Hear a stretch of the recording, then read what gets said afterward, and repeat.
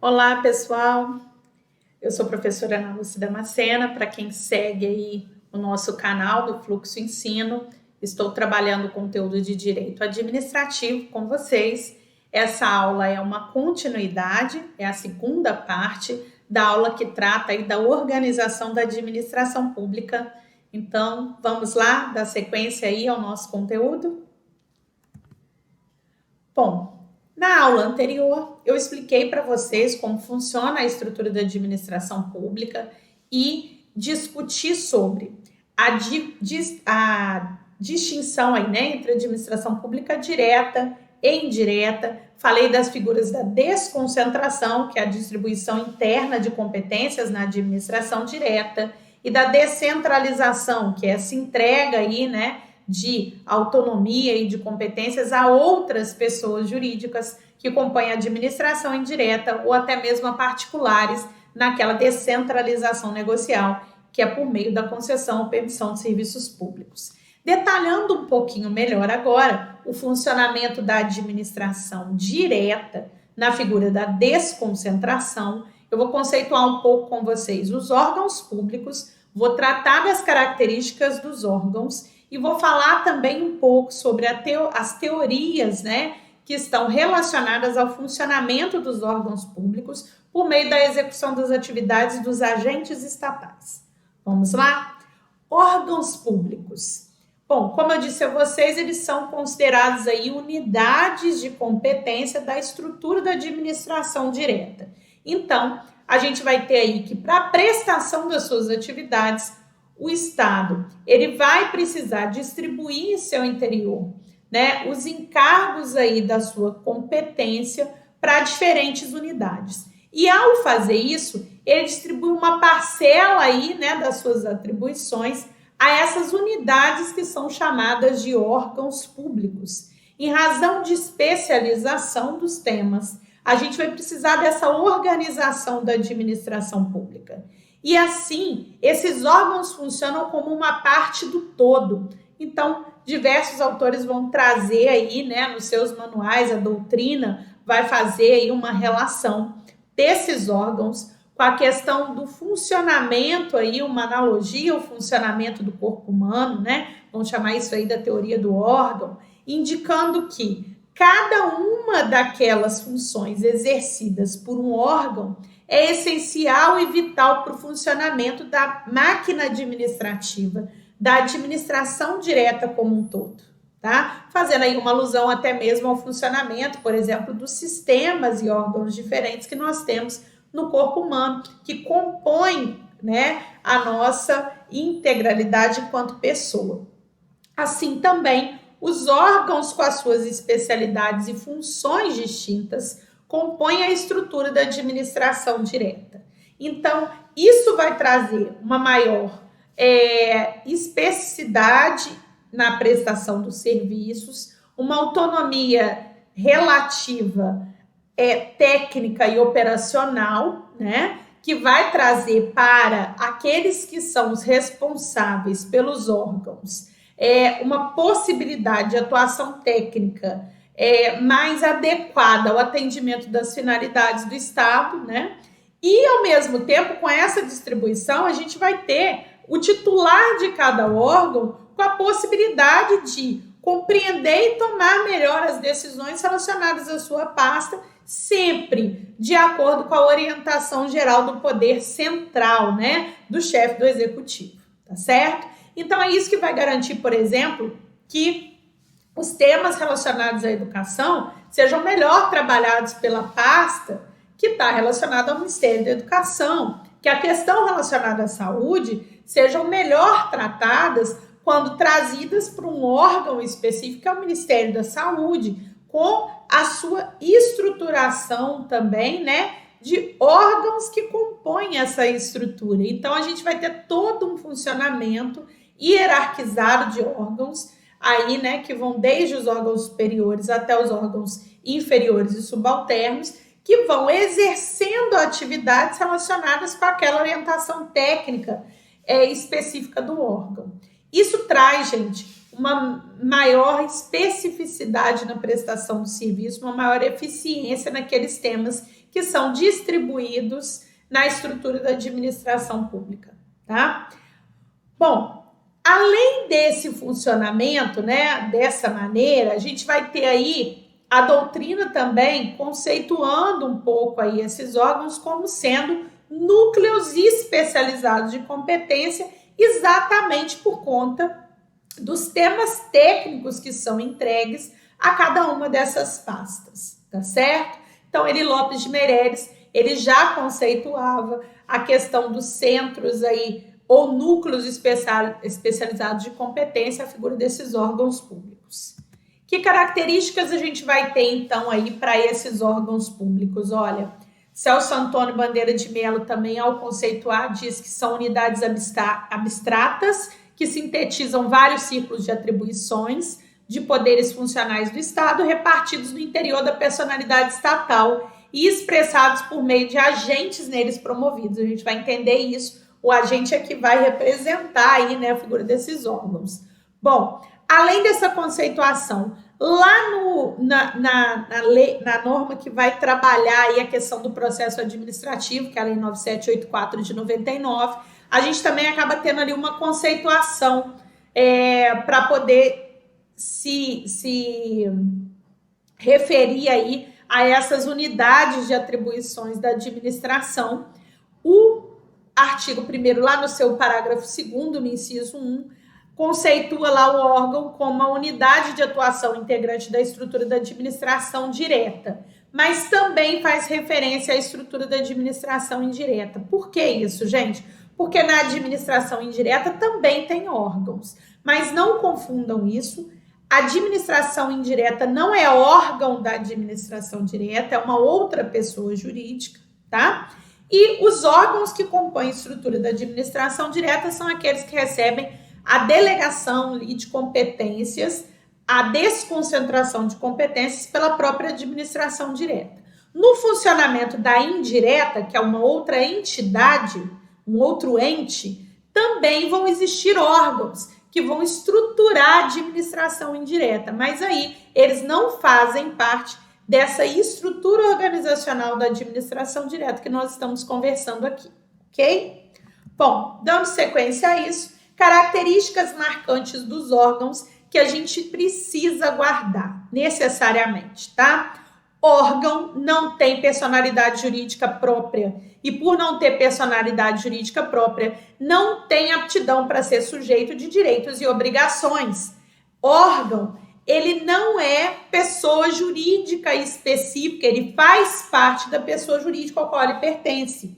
Então, não vai poder figurar num processo judicial, por exemplo, como parte ré, quando eu quiser reclamar uma obrigação, o cumprimento de uma obrigação estatal, uma secretaria do município, uma secretaria estadual, um ministério. Na verdade, esses órgãos são parte integrante daquela pessoa jurídica ao qual eles pertencem. Então, quem seria o titular? A União, o Estado, o município, ok? Então, a gente não vai ter órgão sendo titular de contrato. Contrato ele é firmado com o município, com a interveniência da Secretaria de Saúde. O contrato é firmado com o Estado, com a interveniência da Secretaria de Educação. O contrato é firmado com a União, com a interveniência do Ministério X, tá? Mas órgão não tem personalidade jurídica própria, não tem aptidão para ser sujeito nem de direitos e nem de obrigações, ok? Então, se houver uma conduta equivocada de um agente estatal que está vinculado a um órgão e eu quiser reclamar a obrigação do Estado, eu vou ter que reclamar a obrigação daquele ente ao qual o órgão pertence. Eu nunca vou reclamar isso com relação ao próprio órgão, tá certo? Não responde pelos seus próprios atos. Quem responde é a pessoa jurídica ao qual ele está vinculado, ao qual ele pertence. Bom, uma curiosidade que vale a pena a gente destacar aqui é que pode acontecer de vocês verem isso em algum momento e falar, bom, a Ana é mentirosa. Ela falou para mim que o órgão não tem personalidade jurídica própria. Eu vi que um órgão tem CNPJ. Olha só, CNPJ de órgão é meramente para a questão do fluxo fiscalizatório, porque um órgão pode ter aí uma relativa autonomia de execução financeira. Isso quer dizer que um órgão, ele pode ser uma unidade gestora orçamentária. E por ser uma unidade gestora orçamentária, ele pode realizar movimentações financeiras que fazem parte daquele ente ao qual ele está vinculado. Mas para fins de controle da Receita Federal, é possível que um órgão tenha cadastro de CNPJ, tá? Como sendo parte integrante do ente ao qual eles pertencem. Isso não quer dizer que eles têm personalidade jurídica própria. Bom, outra questão, outro aspecto que é importante a gente saber aí, né? Como não tem personalidade jurídica própria, não vai poder figurar como sujeito passivo em ações judiciais, mas um órgão pode titularizar uma ação no polo ativo.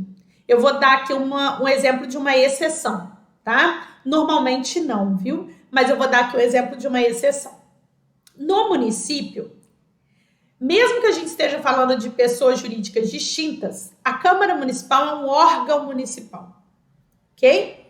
É legislativo, mas é um órgão municipal. Então, o titular é o município em si. Mas suponha que a Câmara Municipal, que é um órgão municipal, precise reclamar alguma coisa com relação, por exemplo, a uma conduta do executivo. Nesse caso, nós vamos ter órgãos do município litigando no processo. E sim, a Câmara vai poder, em situações extremas, tá? Específicas, muito excepcionais, titularizar como sendo sujeito ativo numa ação judicial contra, por exemplo, o município, contra o executivo municipal. Eu coloquei um exemplo aí para vocês, a questão do repasse orçamentário. Pode acontecer que o repasse orçamentário não seja realizado pelo chefe do executivo e que o legislativo precise bater o judiciário para poder pedir o cumprimento dessa obrigação. Nesse caso, excepcionalmente, a gente vai ter um órgão que vai estar ali titularizando um polo ativo de ação, ok? Mas são situações raríssimas, exceções. Bom, coloquei aqui outras questões para a gente poder discutir, é que o órgão, ele vai funcionar ali como um centro, né, especializado de competência, que faz parte da estrutura da administração pública, e para o exercício dessas competências ou atribuições, a gente vai precisar da pessoa do agente estatal. Por quê? Porque aquelas competências do órgão, elas só vão ser materializadas pela atuação do agente. Então, o Estado, enquanto pessoa jurídica, depende do agente, que é uma pessoa física, para exercer os atos dos quais ele tem atribuição, né? O agente pratica o ato como se ele fosse o próprio Estado. Ele vai ser ali a pessoa que vai materializar aquela atividade, aquela atribuição, aquela competência. Assim, diversas teorias surgiram para discutir na doutrina estrangeira a questão da relação entre o Estado e o agente, e essas teorias são importantes até para a gente poder compreender, porque elas estão postas aí na doutrina, tá? E elas são exigidas da gente com relação ao conteúdo de direito administrativo. Então, vamos rapidamente lembrar que teorias são essas e discutir qual é a teoria que representa melhor o nosso ordenamento jurídico brasileiro. Bom, sobre as teorias, nós temos 3 teorias, eu listei aqui primeiro 2 e no próximo slide mais uma, que são a teoria do mandato, a teoria da representação e a chamada teoria do órgão ou da imputação legal, tá? Vamos conversar sobre elas. A teoria do mandato, ela foi uma das primeiras teorias a serem trazidas aí pela doutrina estrangeira para explicar essa relação entre o Estado e o agente, porque, na verdade, o Estado, né, ele vai ser uma figura aí, abstrata, né? Ele, na verdade, é uma ficção jurídica, a gente não tem uma personificação aí do Estado, embora ele tenha personalidade jurídica própria, ele seja titular de direitos e obrigações, fisicamente o Estado não existe. Ele precisa do agente para poder manifestar aquela vontade estatal, para poder, de fato, cumprir cumprir aquelas tarefas em nome do Estado. Então, segundo essa teoria do mandato, o Estado celebra com a gente um contrato de mandato, como se o Estado desse um mandato ao agente, tá? Para que esse agente pudesse fazer cumprir a vontade do Estado. Mas aí a gente tem o seguinte, é como se houvesse um contrato entre o Estado e o agente que criaria a possibilidade do agente atuar em nome do Estado. E aí, gente, sobre essa teoria cabe algumas reflexões, né?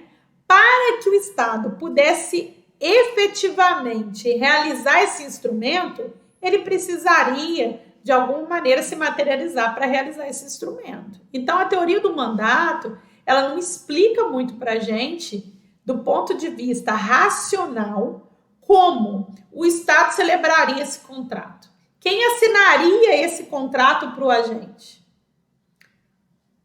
O Estado ele não pode celebrar um contrato de mandato com a gente porque ele não tem como manifestar sua vontade senão pelo próprio agente. Então, essa teoria, portanto, ela não prosperou, né? No nosso ordenamento jurídico, ela não é a teoria adotada, tá? Embora ela tentasse resolver uma questão racionalmente de justificar como o agente representa o Estado, o que justifica que o agente representa o Estado, essa teoria ela não avança nesse sentido, tá bom? A outra teoria é a teoria da representação. Segundo essa teoria, a relação entre o Estado e o agente ela acontece como na tutela, como na curatela. É como se o Estado, ele reconhece, essa teoria reconhece que o Estado é titular de direitos e de obrigações, tá? Mas é como se ele tivesse uma relativa incapacidade. Como se ele tivesse capacidade jurídica plena, mas não tivesse a capacidade física para a realização desses atos.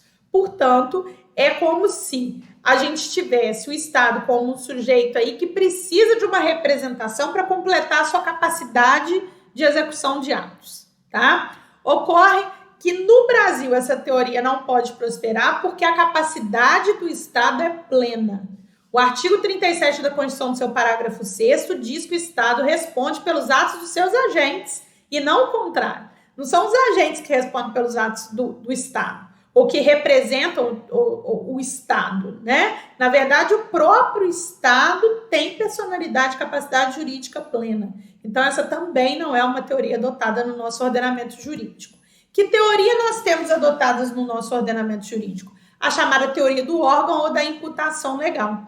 A teoria adotada no Brasil, então, é aquela segundo a qual o Estado, tá? Ele vai ser representado pela figura do agente por uma imputação legal, pela competência do órgão em si que decorre da lei. Por isso, teoria do órgão ou teoria da imputação legal, porque a lei imputou competências ao Estado. A lei imputou competências ao órgão.